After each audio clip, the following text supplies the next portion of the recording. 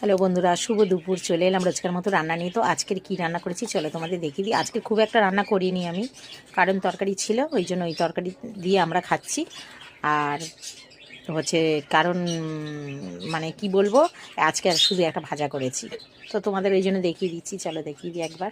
আর কালকে আমি ভিডিও করতে পারিনি, কারণ আমার কালকে শরীরটা খারাপ ছিল, ওই জন্য ভিডিও করতে পারিনি। তো দেখো আজকে 3টে বেজে গেছে, 3টে 10-এ খেতে বসে গেছি। ছেলে বেরিয়ে গেছে, ছেলে একটু ঘুরতে বেরিয়েছে। আর কি কি করলাম চলো দেখাই।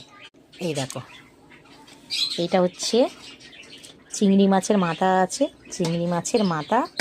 এই দেখো বেটে করেছি, এটা চিংড়ি মাছের মাথা বাটা। এটা চিংড়ি মাছের মাথা বাটা, ও কিরম খেতে লাগে এই দেখো, দেখেছো কত সুন্দর। চিংড়ি মাছের মাথা বাটা দিয়ে খাওয়া হয়ে যাবে। দারুণ দারুণ, তো খুব সুন্দর হয়েছে। আর এখানে দেখো পেঁয়াজকালি বিনস দিয়ে ভাজা। আর এখানে হচ্ছে কালকেকার মাছের ঝোল ছিল, এই যে কালকেকার মাছের ঝোল ছিল।